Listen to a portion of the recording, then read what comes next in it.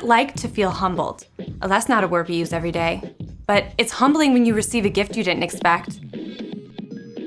It's humbling when someone says you don't have to pay, even though you messed up. It's humbling when your dad takes an entire day off of work just to spend it with you. It's humbling when you see an incredible sunset and realize that God handcrafted it with you in mind. Wow. Being humbled makes you feel small in a good way. It makes you feel grateful. When someone chooses to put you first like that, it can make your day. So why not do that for the people around you? You can choose to give up what you think you deserve to put others first. Let your sister pick the family movie even though it's your turn. Skip the pool party so you can hang out with your friend who broke his leg and can't go. Use some of your birthday money to help a family who doesn't have enough to eat. True humility is thinking of yourself less and others more. When you live your life with humility, you bring praise to God. You lift Him high because others can see God at work in you. That's why humility is an amazing way to worship God with your life. Because worship is about more than just singing loud. It's all about living loud.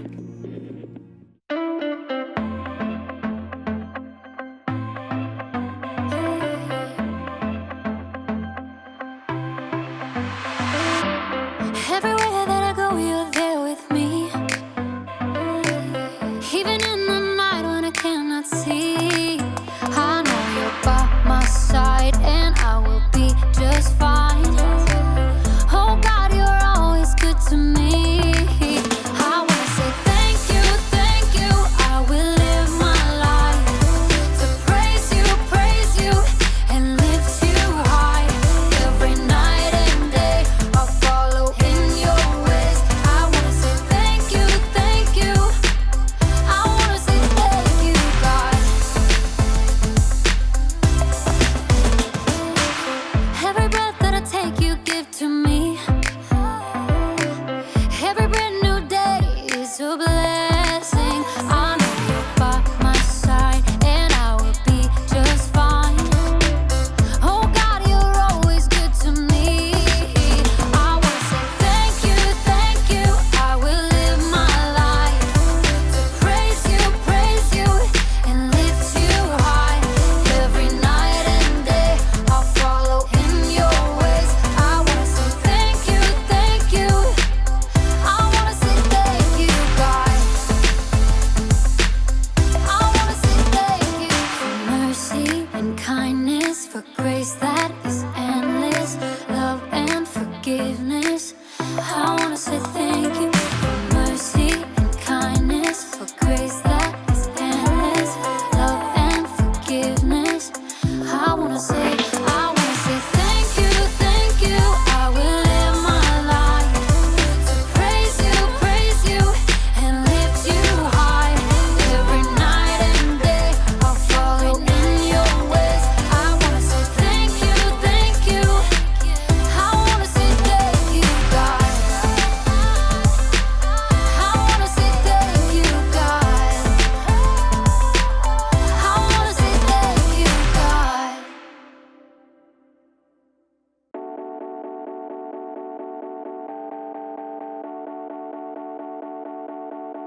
Hey, this is Jacob, or, just Jake. Is everyone okay? There was like an earthquake or something in my room. I didn't feel it when I was outside my room, but then when I came in the room, everything was turned upside down. My table, my bed, also known as my couch, my Ferrari, my sculpture. That's better. I don't know how this could have. Wait a second. Is there such a thing as roomquake? Yeah, that must be it. Anyway, I'm supposed to talk to you today about something called humility. Humility is putting others first by giving up what you think you deserve.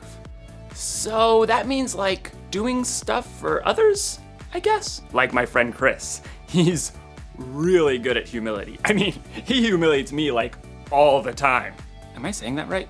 Humiliate. Humiliate. He shows humility to me. He's super busy, but he always takes the time to put me first by playing his April Fool's surprises on me. Like the time he put my keys in Jell-O. Or the time he made me a tray of brownies.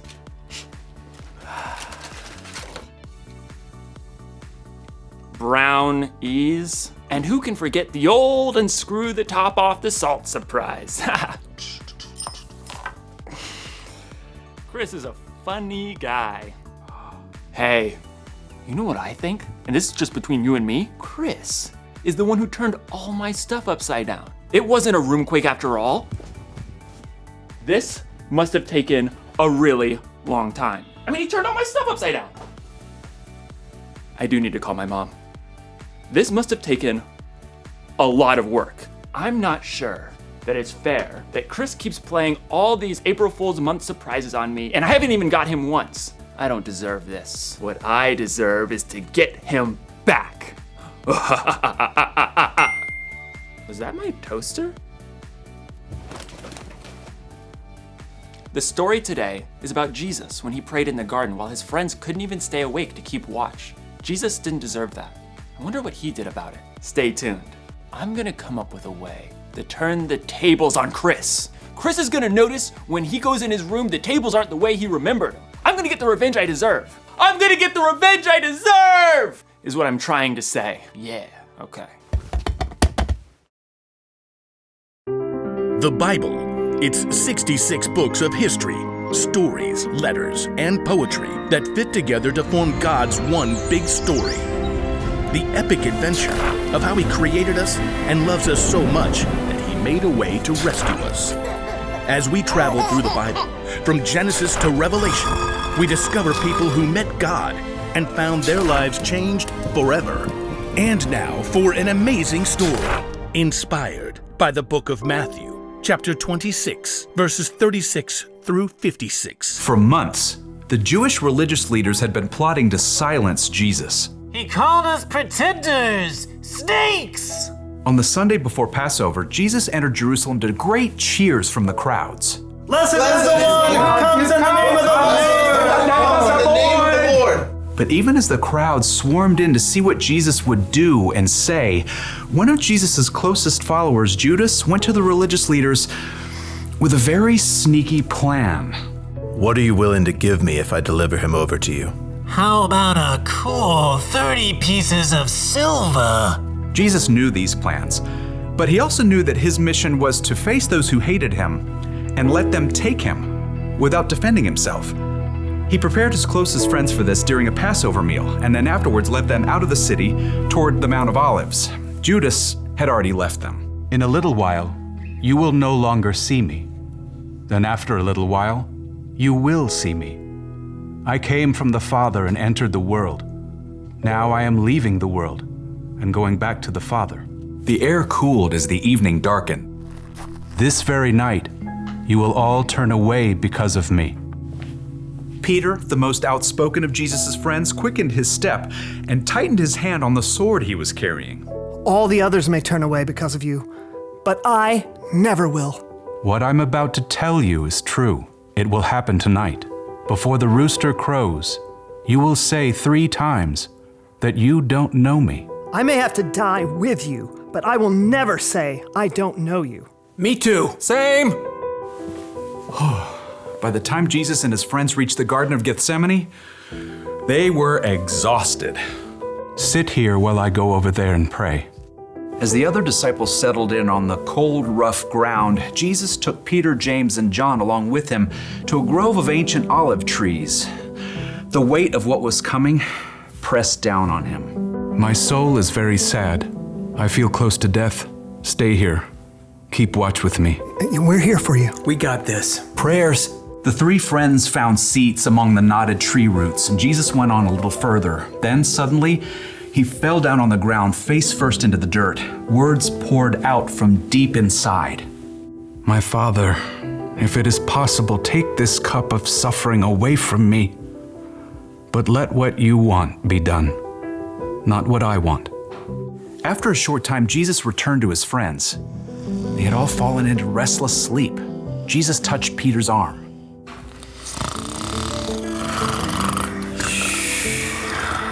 What? Huh? We're just praying. Couldn't you men keep watch with me for 1 hour? Watch and pray. Then you won't fall into sin when you are tempted. The spirit is willing, but the body is weak. We'll stay awake this time. Got you covered. Again, Jesus threw himself down to pray.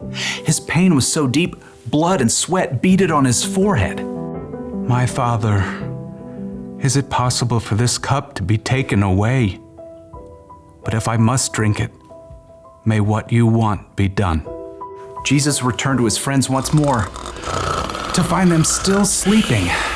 The agony in his spirit forced Jesus to lay his heart out to God once more. He prayed the desperate words again, begging God to take away what was coming, and at the same time, revealing his complete trust in God's plan. Let what you want be done, not what I want. At last, Jesus knew the time had come. He returned to find Peter, James, and John buried deep in sleep. Beyond them, his other followers slept too. Are you still sleeping and resting? The disciples struggled through a fog of sleep, blinking and yawning. Below them, torchlight showed an angry mob climbing up the hill. The men were waving swords and clubs, shouting as they came. Look, the hour has come.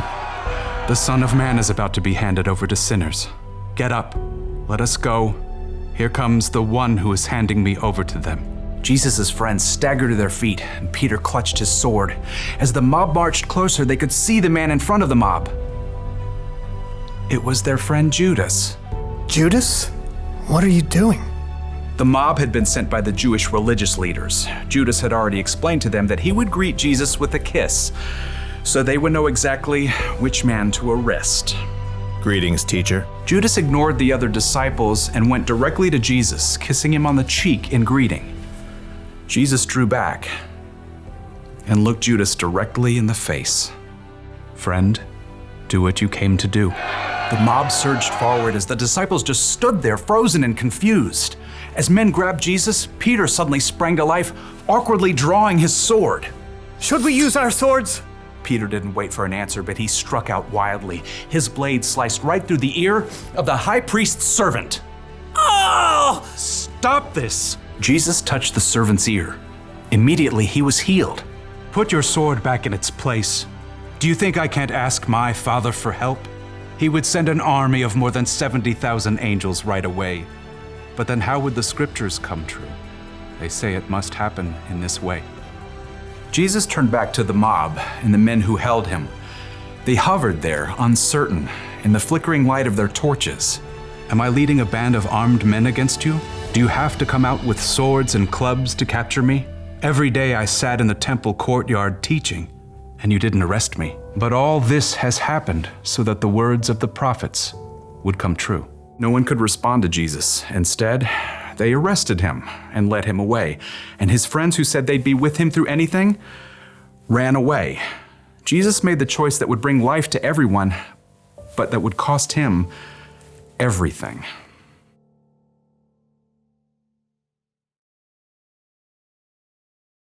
Somebody's gonna get a mustard-filled donut later, and I'm finally gonna get what I deserve.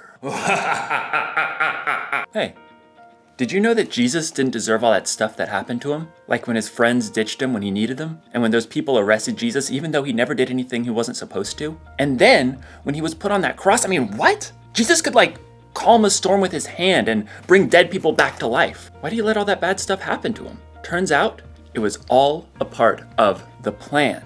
When God created the world a whole bunch of years ago, he knew people were gonna need help if they were gonna have a relationship with him. So, he told people he was sending someone who would have to pay for all the stuff they did wrong. And that someone was Jesus.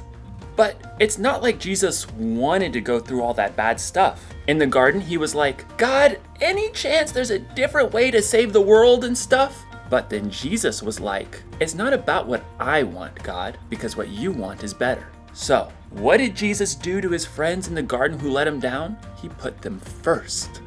And what did Jesus do to those people who arrested him for no reason? He put them first. And what did Jesus do for you, me, and the whole world? He put us first. It's kind of an upside down way of doing things. Putting somebody else first for no reason when they don't earn it or when they may not even deserve it. I bet we can put people first like Jesus did. You know, we could let someone else pick what restaurant to go to or what video game to play. We could give up our place in line sometimes. Or when someone surprises us by turning our room upside down, we could choose to not get even. So, here's the one thing I learned today. Put others first. It's not about what we deserve. It's not about what we want. What God wants is better. So, April Fool's month or not, I'm gonna put people first. And Chris, if you're watching, keep the surprises coming. But I won't be taking my revenge. I'll just be sitting here, getting what I truly deserve. A delicious mustard-filled donut. Ah, that's some good stuff right there. That's some good mustard. See you next time.